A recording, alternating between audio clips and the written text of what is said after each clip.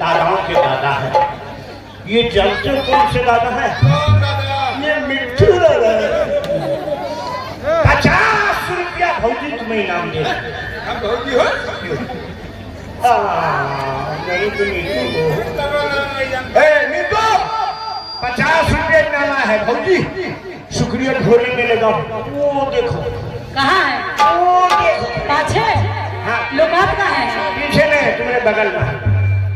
Hello हो दिवसा दे दिया बुलाइल बा हो डोली लेके आजा जी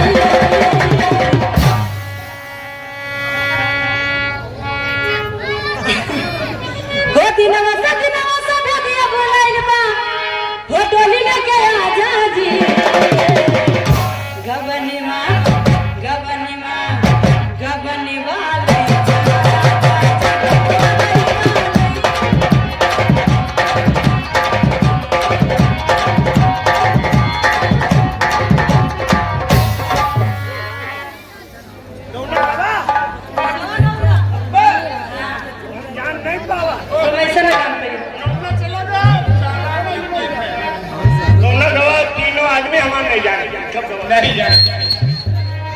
हेलो इतना सीटी तो मार का है मारत है जैसे पकड़ो वैसे सीटी मारे लागत है। यही से टकराई दिया है। हेलो हाय क्या पूछते हो दर्द किधर होता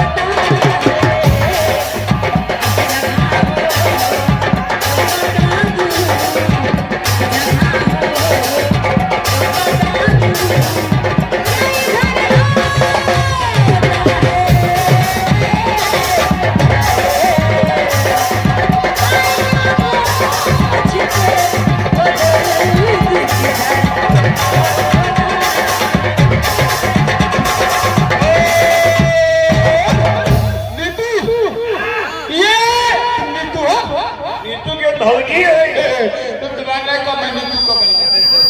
ओ नीतू जी ये नाम नहीं ले रहा हूँ, गुम नाम की तरफ से 200 रुपया है। अच्छा भोले में शुक्रिया लगा दो। हेलो हो लाल लाल होठवा से हाँ आदमी के नाम तो बताइए है। कहाँ नाम बता दो ना बताइए ये जाने हो हाँ ये अगर सुन मुझे है हाँ मुझे नहीं कुछ है नहीं ज्यादा 400 किलो हुई है। हो लाल लाल होठवा से बरसला ललैया हो कि रस चुएला जैसे आमवा के दरिया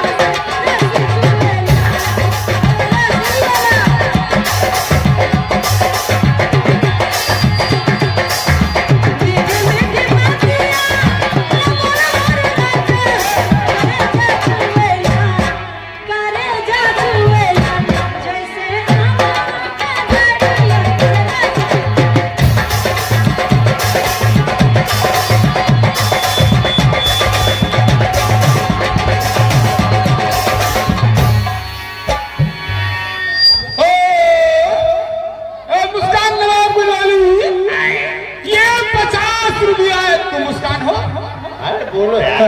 मुस्कान तुम भोले में शुक्रिया लगाई था। बोले मुस्कान के बैग क्यों ले लो? मैं बैग ले ले।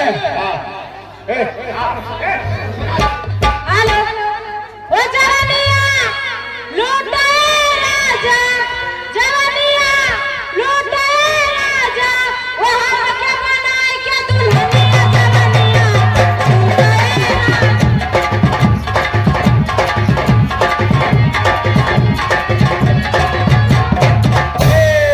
मुस्कान